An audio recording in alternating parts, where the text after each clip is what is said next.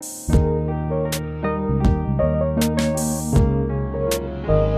chose to study English literature because I really like reading and I really like writing, and it's sort of the perfect pairing of the two.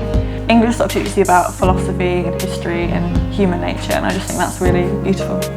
I really enjoyed getting to look at different ways that people express themselves through writing and through literature. If you're an English literature student, you will have some modules which you have to do, what we call core modules, and they'll make sure that you have a real grounding in the history and the kind of theoretical basis of literary understanding, but you'll also have quite a lot of choice, which will enable you to specialise in areas of particular interest to you.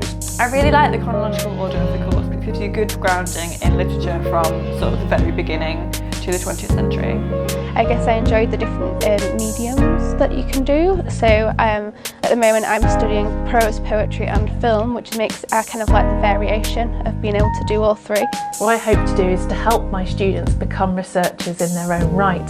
So while the subject matter of that module is based upon my own research interest, a lot of the learning and the teaching practices are designed to get students to be researchers. Really, where possible, I want to create a sort of mutually beneficial relationship where students are engaged in research, are engaged in your research, but also challenge your research.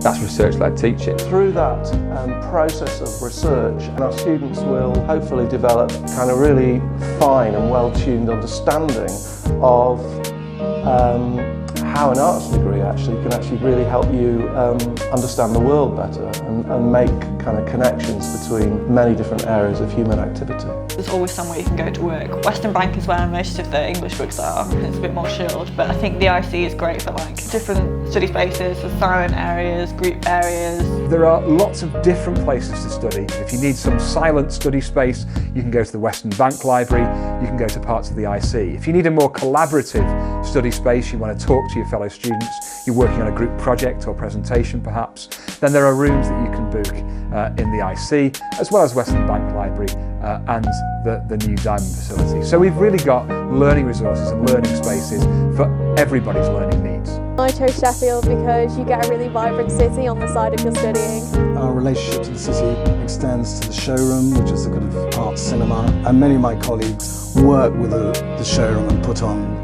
specific films of interest to students, but also to anybody in the city.